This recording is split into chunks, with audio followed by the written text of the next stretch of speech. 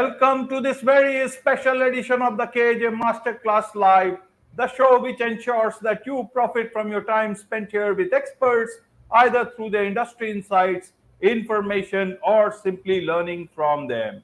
And today we have Sam Rosenberg, author, speaker, internationally recognized expert on personal security, former U.S. Marine Corps, and he has been in the private sector as a close protection specialist for some of the world's highest profile individuals, including some notables as Tom Cruise, Benjamin Netanyahu, and Warren Buffett. Welcome to the show, Sam. Thanks, AJ. Glad to be here. You are welcome. Welcome to the show. Welcome to India in this online form. And I'm sure not just in India, but a lot of people across the globe will benefit from what we are going to talk about. We'll be talking about how one can protect themselves in an uncertain world. But before that, Sam, tell us a bit about your journey. I have said a few things about you, but there is so much about you that needs to be understood and by the audience and told by you so that they can understand who they are listening to, a master about private or personal security. Great. Well, thank you, AJ. So, my journey started actually back when I was in college. Okay. It's kind of a funny story. I'll share it with you quickly. I went to the University of Pittsburgh here in the United States, and I was a wrestler. And, a buddy of mine came up to me and he asked me if I wanted a job where I could meet lots of girls, but get paid next to nothing. And I said, of course. So next thing I know, I'm working as a bouncer in a college bar, doing security. And I didn't have any experience. I thought of myself as a tough guy, but I didn't know anything. And the crisis plan that they taught me at this organization was basically like a conversation. They said, okay, you guys hang out in the vestibule and check IDs. And if there's trouble in the bar, come in and figure it out, right? We'll flash the lights in the vestibule. You guys come running in and figure it out. Well, I didn't know any better. Here I am. I'm on my second shift. It's a Friday night and the lights flash. So me being the gung-ho guy that I am, I got to be the first one through the door. And I start making my way to this fight that's going on. And I pushed this one guy off of a college kid and I pinned the college kid to the bar because I didn't want him to come back swinging. And my assumption was my fellow bouncer would grab this guy. Well, he hesitated. The guy pulls a gun out of his waistband, sticks it in my face, and says, now I'm going to kill you. So here I am. I'm 20 years old. I'm not even old enough to drink in the bar, and I'm faced with my first, life and death situation, AJ. And you know how they say your life flashes before your eyes? I can tell you my life has never flashed before my eyes. But what did happen was interesting. My brain jumped back instantly to this memory of me having a conversation with my dad. And he says, I said, Dad, what do I do if a guy's got a gun? And he told me in this very well-meaning, but ultimately unhelpful way, he says, do whatever the guy with the gun tells you. All right. So, I fast forward to this moment. It took me a millisecond for this memory. And the problem was the guy wasn't telling me to do anything. So the computer program that I'd put in, just froze. It didn't really compute. And as you might imagine, I just froze. So, all of the physicality that I had, I was bigger, stronger, faster than this guy, had no bearing on the equation because of the entrance of this weapon into the equation that I had no experience with. Well, after a certain amount of time, and it felt like minutes, the reality was probably just a few seconds of this total paralysis. I realized this is unhelpful. I managed to grab a hold of the gun and we kind of negotiated our way out of the situation. Nobody got shot, which is great. But what was interesting about this moment, AJ, was it was very troubling to me. It made me very uncomfortable because I felt like I had heard stories about people who could perform under high stress situations. And I wondered what quality did they have that I apparently did not? And was this something could be, these qualities, could they be taught? Was it something that could be learned? So I literally pivoted my college career. I was going to be a school teacher. And instead, AJ, I decided I was going to figure this whole thing out. And I decided to join the Marines. I wanted to understand, why did my brain fail, under this pressure moment? And how can I retrain that? So I went where I thought the toughest people on the planet were. I joined the Marine Corps. After my first tour, I realized I was thoroughly allergic to bureaucracy. So I decided to get out of the Marines, and I landed in the close protection world, which I really loved. Ended up bodyguarding some people, like you said, Tom Cruise, Warren Buffett, folks like that, very high profile individuals. And it was an interesting on the job learning of really what does it take to protect people who are not only have security needs, but actually are in fact being targeted. But then after a period of time, about 7 years doing this, I really had a philosophical shift that to me, it's good to have a lifeguard, but ultimately you should know how to swim. So I pivoted my career again in 2003. I started Live Ready, and I started this company with the intent of teaching people how to protect themselves with the same skills and tools that we use to protect public figures. And, I just published this book with the same name, Live Ready. And, the book is all about the most important lessons learned over that last, say 27 years or so doing this type of work, protecting people, teaching them how to protect themselves. So that's my short journey. Had a lot of experiences in between, but I can tell you those are the high points. Absolutely, lots of experience. And I read that mention about the thing in the bar, $35, if I remember. Your partner bouncer quit that very night, just because he did not like those only $35. So I want to understand. You said the guy with the gun was 40 years plus, somewhere around that, and so I want to understand that, and that too in a college bar. So in present day world, we can meet any sort of people at any other place. How do we know whether to follow your father's advice or or to follow your own gut feeling about tackling the situation? Firstly, is how do I know who is a threat, a real threat, where we have to follow what the person is going saying, and somewhere else how to know who we are and actually tackle that situation. How do we know this basic? Because as a common person, it becomes very difficult to even assess. Forget about one sight of any gun or a knife, and you just freeze at that moment. Yeah. Well, I think what's important to understand about this little lesson, this life lesson that I had, is it does not matter what the stimuli is that we're dealing with. It could be a gun, it could be someone menacing you, it could be someone following you, or just someone, threatening you in any other manner. It could be any other crisis in life, right? The reality of it is that our default setting, both internally in terms of our survival mechanisms and just the way that our brain is hardwired as a computer, is we have a tendency when we don't have the right experience or information to just freeze. And, the key here is to understand that this freezing reaction, this inability to process and think and make good decisions is our natural default setting. And the demand, if you will, is that we have experience, that we actually impart to ourselves and to program our computer. What do I do in the event of this situation or that situation? So before we even get into reading people and understanding how to address that, the most important fundamental to understand is that we simply will not figure out how to handle crisis well when we're in the middle of the crisis. The time to figure that out is in advance. It's prior to. It's to set these plans in motion. And that's why when I do a lot of work with workplaces, a lot of what we do is crisis response planning. What do you expect people to do in the event of a situation, whether it's a fire or a medical emergency or an incident of violence? And when we talk about the everyday person and the material that's in this book, I would say really driving home exactly what you're talking about. The most important element that people have is situational awareness. We have to be able to see the danger in advance and recognize not just if we are in danger, but specifically if we are being targeted. And that's a very important component to this. And it's something that makes most people uncomfortable to even think about that. And it has nothing to do with, does they have a gun? Does he have this? Does he that? What we're really talking about here is being able to recognize danger. And the prerequisite to that is paying attention. All right.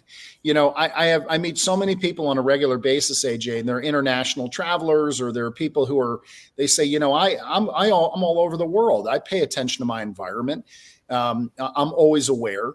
The reality is that's just the prerequisite. In other words, not being head down in your phone, not texting all the time, keeping your awareness available so that you're not shunting your senses is the beginning. More than that, we have to know what to look for. And, in the United States, for example, there's this kind of nifty little saying that is going around, and it says, if you see something, say something, right? Have you ever heard that, AJ? It's a cute slogan, right? But the problem is no one's telling you what the hell to look for, right? And what we really need to know is what to look for. So what I really want people to understand is, number one, you already have internally hardwired a radar that is built in and is already based on your life experiences that will alert you to danger. That part of that radar is your intuition. That intuition is that little voice in your head. It's the hair standing up on the back of your neck. It's the sinking feeling or the chill running up your spine that says something's not right here. The problem with our intuition for most people is we override it. Okay. So we see something and we say, this person looks like a potential problem. We get an alert. And what we have a tendency to do is fall into what I call the veils of denial. So the first veil is what I consider to be the veil of normalcy. All right. And the veil of normalcy basically is this idea, AJ, of normalcy bias. Everybody truly wants things to be normal. Our human brain does not want to entertain the idea that someone you're interacting with could be dangerous to you and may want to harm you. So what we have a tendency to do is look for all of the evidence that reinforces that this is actually normal, even when there's evidence to the direct contrary. Okay. So what we want to understand is how powerful normalcy bias is and check that in its tracks. When we get a bad vibe, trust it. And don't assume that everything is going to be fine just because you don't see any other hard evidence you can put your finger on. But our tendency is to minimize or dismiss it. We say, it's probably nothing. I'm overreacting. Or we go into another veil of denial, is basically the social veil, where we say, but I'm not supposed to judge a book by its cover, right? I don't want to profile people. And the reality of that is, no, we don't want to profile people. We don't want to be biased. But what we have to understand is that if we have an anomalous thought, if I see someone, and let's say, for example, I see some of a particular ethnicity, if I don't normally, every time I see people of that ethnicity, immediately think something is bad or harmful, it's not a biased thought if it's an anomaly. If I interact with people on a daily basis and suddenly this person of this ethnicity, all of a sudden I get a bad vibe, what's going on here? That's something to be trusted and not overridden immediately just because I don't want to do like a bias check. Oh, am I being biased, right? No, there's more to it that is beneath the surface we're not paying attention to. And, from a business standpoint, AJ, I'm imagining a lot of our listeners, are business people, that own businesses. The analogy I like to use is just about anyone who employs people has hired that person that your little small voice in your head said, probably not a good fit. Something's not right here. But on paper, they look like they fit the job really well. And we overrode our intuition in favor of hiring that person, and it's burned us. And we have to come back later and go, I should have trusted my gut, right? So the idea here is the first and most important thing is, in fact, pay attention to your environment. In fact, pay attention to the intuitive voice that you have and don't override it, right? Just listen to it. That's kind of the first thing. Whether or not you comply with someone, if we're actually in a dangerous situation, is dependent on the situation. It really is. And there's no easy cookie cutter to say, in this scenario you fight, and in this scenario you run, in this scenario you comply. There's some guidelines there, but the reality is you have to base that over other prevailing factors. And we talk about that in depth in the book. The most important part, though, is to recognize that danger early and to realize we are not out of control. We actually can exert considerable control as long as we don't let the situation manifest too far down that path. Does that make sense, AJ? Yes, yes, indeed. A control word, I will come to that also because I read one of your posts about saying no. And when that also, that no is a statement, full statement in itself. But before Yes. that, you talked about, Sam, you talked about paying attention. Now Hmm. you are trained for that as Hmm. a as someone who knows about skills, then into the marine corps, you have that understanding of things. What about a common person who has not been trained, who Hmm. wants to live his life normally, and Yeah. who may not be a big high profile person, and when he is going in a train or airport or any other place or on a holiday, it is natural or normal for them to put their defenses down. So how do you balance that part to be paying attention also, as well as to live like a normal person that he Yeah. or she actually is? Excellent. Excellent question. So, I'll go a step further, right? It's not just that we want to live a normal life and be a normal person and be relaxed, right? The world can be a dangerous place, but at the same time, the world is a magnificent place and we enjoy each other. We want to be able to have those human interactions. So we can't go around paranoid. So it's not just knowing what to look for, it's actually knowing when to look. When do you need to switch on? So I'm going to give you my little rules for situational awareness. Okay. The first rule is very simple. Okay. Scan left to right. Okay. We have a tendency to, as the human brain, particularly if our language reads left to right, if we were, say, Israeli and we read right to left, then you'd scan right to left. It's just how our brain is programmed to receive information. Anytime you enter into an environment, just give it a quick scan, right? Like you're going into a restaurant, you're going into the airport, you're going into the train station, give it a quick scan. Your brain will immediately, what I call your radar, will immediately pick up on anomalies. And if it picks up on an anomaly, particularly a person, it's usually alerting you to something that is not right or something that should be happening and isn't happening, right? Things are too quiet, right? What's going on that I don't know about? When you pick up on that anomaly, then you can do a little bit of a deeper scan. Look and just ask the question, what's going on? And the first question that you want to understand is, the first rule is to understand that every environment has a purpose. Okay.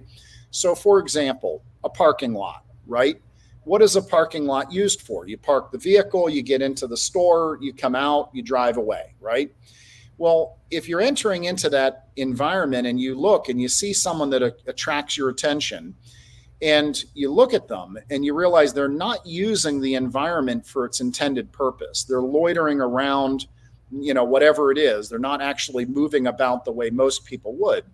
That's a warning sign.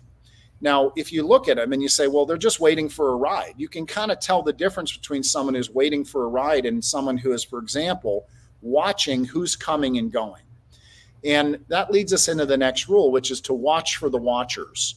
So, what you really want to be aware of is being a watcher yourself and watching for those people who are observing others, right? What are they observing? Are they looking for targets? Are they doing target selection? Are they, looking for opportunities? And in New York City, one of my friends, one of my clients said this best, and I quote this in my book. He said, Sam, I summarize this like this. He says, in the big city, there are three kinds of people. There's the people who are looking up, because they're the tourists. There's the people who are looking down, they're the New Yorkers. And then there's the people who are looking for who's looking up and down, right? And they're the ones you have to pay attention to. So paying attention to the watchers is very important. And the concept is, if you identify someone not using the area for its intended purpose and you see them as a watcher, that's a warning sign. And usually if they see you, it's like two predators at the watering hole. There's easier targets around. It automatically takes you out of the equation. And I'm not talking about making eye contact with people. I'm just talking about observation skills, right? Now, functionally speaking, if you just watch for the watchers, you're way ahead of the game, right? And if you recognize danger, this person causes me an alarm, simply move away.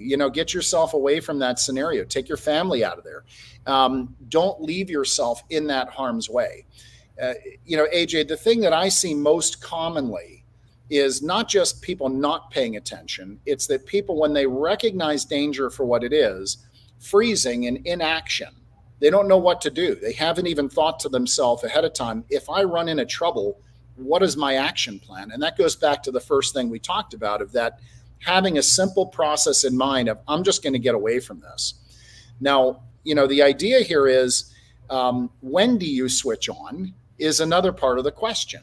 Because if we're running around in high alert all the time, we're going to burn out, we're going to get frustrated, and we're just going to say, to hell with this. So, because it becomes uncomfortable. So I'd like to think of it like this, AJ. Bad guys in general are looking for, in the security industry, what we call a soft target. Okay. We all know this intuitively. They're looking for an easy target, like the lion going after the easy, small, young gazelle, as opposed to the big, strong, fast gazelle, right? Because it's more effort. There's more risk. There's more potential of going hungry. So they intuitively, bad guys tend to gravitate towards the easy, vulnerable target. So the concept is, we don't want to be a soft target, okay? We want to present ourselves as a hard target, and a hard target is one that's already paying attention. Now, environments and places can be soft or hard. So I'll ask you the question, AJ, what do you think is the soft area of an airport? If we just look at an environment, an airport, what are the soft areas of an airport as far as personal security? Yeah, but when you are entering the line or somewhere like that, because you are focusing on, showing your papers or anything, when you are trying to, get past the security and all that stuff. Firstly, inside the airport, and then you are thinking about getting everything in order so that you are ready for the flight. Yeah. So the soft areas, you just nailed it. The soft areas of the airport would be, say, anything prior to security, right? That would include baggage claim. That would include the area outside, all that. If you think about it logically, once I'm through security and I'm at the gate, I'm really not vulnerable to danger, except for maybe someone trying to pick my pocket, steal my bag or something. Those are easy things to manage, right? We're not really in a violence concerned state, okay? So when do you need to pay attention? You need to pay attention when you're in the soft areas. That's where the danger could be. Now, an airport is not really that dangerous. There's so much security typically. You're not worried about a mugging. You're worried more about a terrorist type of attack. So let's look at something else. Let's look at a hotel. What's the soft areas of a hotel? And I'll ask it like this to be specific. Do you think you're vulnerable in your room? What do you think, AJ? Could be. A lot of people say that. But to me, you're really not that vulnerable in your room unless you open the door for someone, right? Yes. So what are the soft areas of a hotel, AJ, if you think about that? When you are outside the hotel, you are new to that area. When we have entered the hotel, then you go out for a stroll or somewhere else. But somewhere out of the security area. Yeah. And a lot of people will say things like, well, what about the stairwell, right? They'll say I'm vulnerable in a stairwell. But I want you to think like a bad guy for a second, right? Which is something most people don't do. And I jokingly say I spent 25 years thinking like a bad guy, right? That's what we do, playing the game of chess. But if you think about it like this, if you're a bad guy and you really want to locate a good soft target, you wouldn't lurk in the stairwell and hope that a perfect target strolls across your path. What they would do is they would do target selection in like the lobby or the restaurant or the bar area, and they would observe. They'd be a watcher. Who's a good potential target? And then if they move into a position where they could actually try to assault you or something, that's where they try to follow you up to your room or go into the elevator with you or something. So the concept is, you don't have to be on high alert all the time. When you're behind the closed door of your room, you can relax. Generally speaking, if you're in the hallways and the elevators, you can have a slightly elevated level of awareness, but you don't have to be on high alert. But when you're in the lobby area of the hotel, particularly checking in, pay attention. Pay attention to the people around you. What are we looking for? Scan left to right. Watch for the watchers. Is there someone in this environment not using it for its dedicated purpose? Is there someone sitting here just watching who's coming and going? So these rules are very, very simple rules. They're simple behaviors that just about anyone can impart. They can teach them to their kids. And ultimately, it can make a big difference. I'll give you an example of something that I always recommend people do, particularly with kids. I love doing this with young kids. Whenever you go to a restaurant, you sit down at the table and have your kids play a game with you. They're not allowed to look around at that point. They should have already done this. You say, where is the kitchen? All right. Now, the question is, why do you want them to know where the kitchen is, AJ? I can't think. Well, where is there always, no matter where you are in the world, no matter what restaurant it is, there will always be an exit through the kitchen, correct? Because they don't want to take the garbage in and out through the front door. They want to be able to, bring the food deliveries in. So universally, I'd say, 99.9% of the time, if there's a restaurant or some kind of available facility like that, you're going to have an exit through the kitchen. So getting your kids acclimated to when they walk into an environment, scanning it very quickly and identifying something of importance. The kitchen is over there. We now have a secondary exit planned. Okay. So if a threat were to occur in that restaurant, if our only way out is the door that we came in, and when we're not thinking straight, the only memory of how do I get out of this place is the door I came in. If that area is blocked or, potentially a problem, I need a secondary way out. This is literally no different than when you get on an airplane and people say, pay attention to where the nearest exit is. It could be behind you, right? Just look around for a second. It's a simple behavior that we can get into an automated practice with. And when my kids were young, we used to do this all the time. They knew I was going to ask, where's the kitchen? And they got into the habit very early on of when they walk in, they immediately scan, what am I looking for? What's my exit strategy? If I can't get out of the main entrance. And that's a practice you can get into in any environment. It takes 1 second. Once you've done it, you can relax because you have your plan already established. Let me share a story with you, okay? My wife took my family to a holiday show called the Nutcracker. Okay, it's a Christmas, I don't know, it was like a ballet thing or something, right? I'm not that into theater, but it was kind of cool. And she got these amazing tickets. We were like front row center, right in front of the orchestral pit, okay? So the stage is right in front of us. Well, the problem was we're right in the middle of this auditorium, this beautiful center, and the nearest exits are very far away with a lot of people in between us. And I've got not only my young kids, but my elderly in-laws with us. And, so I'm looking around and I go, okay, well, the best exit for us, if there's a real emergency here, whether it's a fire or anything else, is to actually go over the stage and exit backstage. Well, why don't people think about the kitchen or backstage as an exit route is because those areas are off limits, right? But they're only off limits as long as it's not an emergency. So I looked around, I made the plan. It took about 5 seconds. I turned to my family. I said, hey, listen, in the unlikely event that we have to get out of here in a hurry, we're actually going to go over the stage and we're going to find the exit backstage. You guys all okay with that? Yep, everyone was fine. It took like 20 seconds to arrive at this plan, set it in place. Now we can all relax and enjoy the show. You see? So these behaviors are not that difficult, and they're no different than training yourself in any other good behavior, like brushing your teeth, balancing your checkbook, or doing anything else. Or those things are, in many cases, far more time consuming and far more complex than just enabling a little bit of good situational awareness in our subconscious mind. Does that make sense?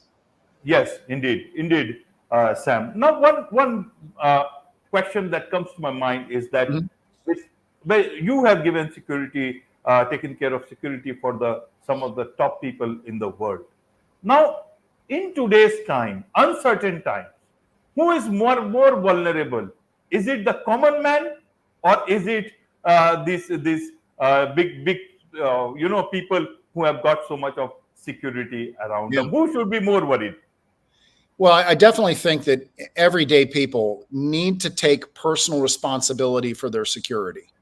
There's all kinds of security infrastructure in the world. There's lots of if you will, bubble wrap around society to protect everyone. But it's an individual responsibility. And this is why my philosophy that it's good to have a lifeguard, but ultimately you should know how to swim is my guiding principle. People who are protected are in fact protected. They're not that vulnerable. Just because they're higher profile and they maybe have a higher risk threshold, they may get weird stalkers or people like that trying to get them. The reality is it's the everyday person that needs this information. And that's why I wrote the book, and that's why I do the training I do, and that's why I provide training for workplaces, and we do digital training and everything so that everybody can have access to this critical information. It should not be restricted to only those people who can afford personal protection services. Ultimately, we have to know how to swim. We are our own lifeguards. And time again, we've seen in every country, in every situation, the lifeguards may be coming, okay, but we don't have any idea how long it's going to take for them to get there. If we are in the moment of truth in an event, whether we live or die is very ultimately determined by our own abilities and our own decisions in that moment.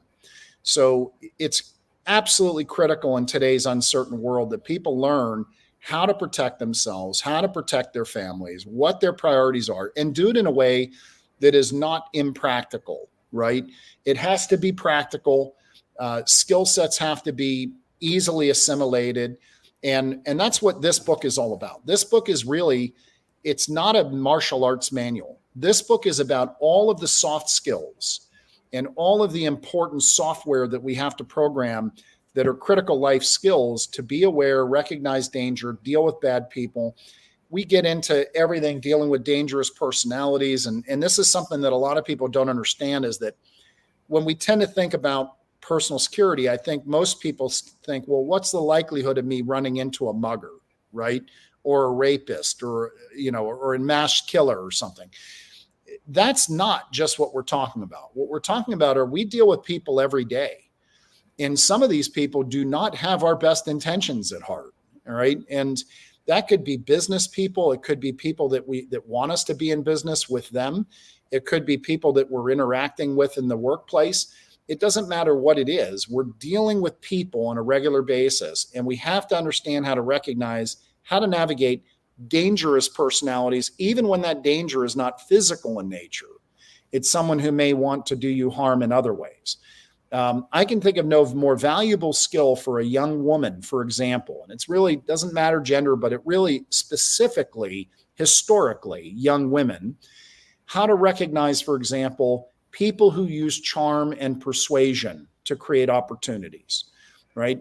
You're not worried so much about the mugger jumping out of the bushes with a ski mask, all right? What I'm worried about is the charming young boy that they meet on a date or at a party who has negative intentions, who does not care about what they want, only not what you want, only what they want. And, ultimately being able to recognize those people and those warning indicators is very important. And I tell you, the first clue in that is to recognize the idea of charm as not being, oh, he's so charming, in the words of the great Gavin de Becker, to look at it and say, why is this person trying to charm me? That is a mental posturing that we want to have that does not mean you live life constantly in a state of fear. It means you live life in a way of being able to trust and provide your own protection to say, I want to understand more about this. I'm not going to fall for, simple ploys or lures. Does this make sense? Yes, indeed. And that's the LinkedIn post that I was talking about. When someone is trying to charm you, you put your defenses up, try to understand what that thing is all about. Live your life, but do not leave your life to others. The whole Yes, protection thing is depending on you or yourself. that's right. That's right. So now let's come to your book. Live Ready, a guide to protecting yourself in an uncertain world. I've seen that book, but I want you to show that book nicely to the audience so that they know, okay, this is the book that they need to read for. So why did you write this book? Who is this book for? Is it for the people you have protected, or is it for the common man who is more vulnerable today? This book is 100% for the common man. This is for everybody. And it's suitable for anyone, say, teenager or up. And it's a handbook. It's not designed as a, it's not a novel. It uses stories, but it tells you the critical understanding of why violence is never random and why you are never helpless, as long as you can control your thoughts, your ability to make decisions. And that is what the book is really all about. And it's for everybody who has a family, a business, or a desire to be able to take greater responsibility for your own personal protection. I can tell you that the book is in all formats. It's an ebook, it's paperback, hardback, it's on Audible. It's available on Amazon. So, it can be, received in a variety of different ways. I don't know that we haven't had it translated yet into other languages, but maybe with the help of, shows like yours, getting it out into more of an international audience.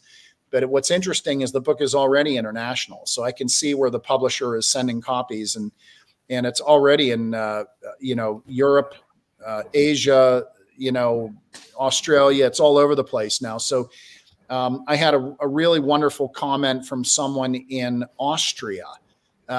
Wrote me a message on X saying, thank you for this book. It was absolutely life-changing. And I was just super thrilled to get feedback from someone in another country like that. So I highly encourage the reading of this book and the studying of it, Right, Sam.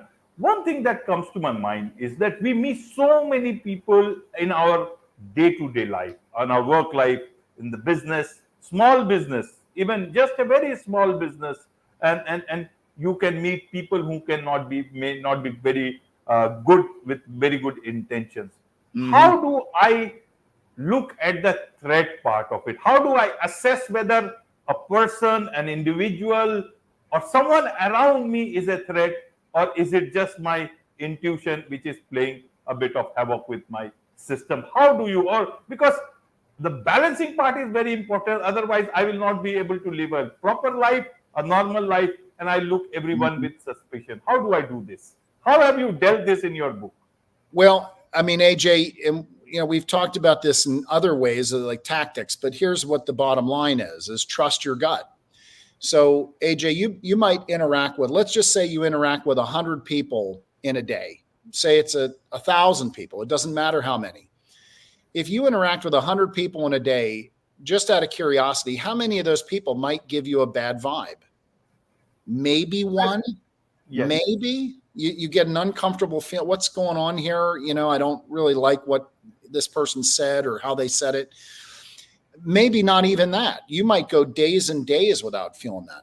The thing you want to understand, though, is that, and again, it's kind of like women and men on this line, is that women and men live in two very different worlds. If I ask you, AJ, when was the last time you really felt fear? I mean, real fear, adrenaline, hitting you. Most guys are like, well, there was one time 5 years ago, or there was this time when I was traveling, or when I was a teenager or something.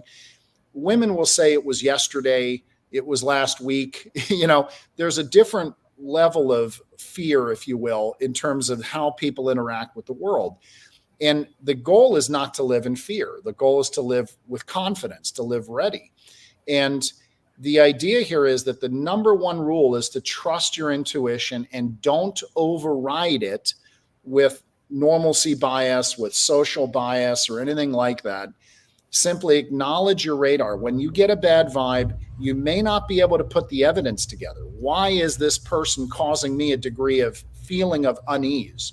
Just acknowledge it and leave it there, and be careful with that person. The frequency that happens is going to be low. If you're not avoiding your intuition and you're not shunting your awareness, you'll have the highest level of being able to recognize those warning indicators early. But at the end of the day, you're not going to be overwhelmed with it. You can live your life. In fact, I believe this is the best way to live your life in a confident and healthy way, because otherwise we're just head in the sand hoping and praying that nothing bad ever happens. And that's no way to live life. That's the opposite. In fact, if you look at most people who struggle with this, what they've usually had is they've had someone tell them that you got to be on high alert all the time, and they get very frustrated. They don't know what to look for, so they get burned out. And then they just say, to hell with this, all right? And they whiplash in the other direction, and they literally throw the blanket over their head and just hope and pray nothing bad ever happens to them. That's not a recipe for living life properly, right? The world is dangerous. There are dangers. You can get hit by a car. You know what I mean? You have to pay attention to certain things. The key here is to be able to navigate and have simple rules to follow. Pay attention to your environments. Scan left to right, watch for the watchers, know your exit routes. These are simple things. And as you interact with people, you don't have to assume everybody means you harm. I don't. I, in fact, treat everybody the same, right? But if I get a bad feeling about someone, I don't immediately dismiss it. I mark it, okay? And I pay attention to that person. And maybe don't even trust that person to the degree. They have to demonstrate greater bandwidths of trust for me to get to that point. But the idea here is that always trust your intuition. It'll never take you sideways. Does that make sense? Absolutely, Sam. There is much to learn about security, about personal security, about business security, and so much threat assessment. There is so much to learn from you, and a lot of people would like to learn from you, about you, from your book. So what is the best way for them to connect with you, Sam? Easy. Go to my website. It's livereadybook.com. That's the landing page to my book and the portal into my website, livereadybook.com. Very simple. And you can get a hold of me via email. We do preparedness, we do intelligence services, we do protection services, and functionally speaking, I'm big on the preparedness side of it. We have online training that's going to be going live in a couple of months, in about a month actually, and we do webinars and we do live in-person trainings, and I travel all over the globe and do this kind of stuff. So, anybody who's of interest, I'd say go to livereadybook.com, pick up a copy of the book, talk to me, see how we can help you. Wonderful. With this, it's a wrap on this very special edition of the KJ Masterclass Live. Thank you so much indeed for joining us. Thank you.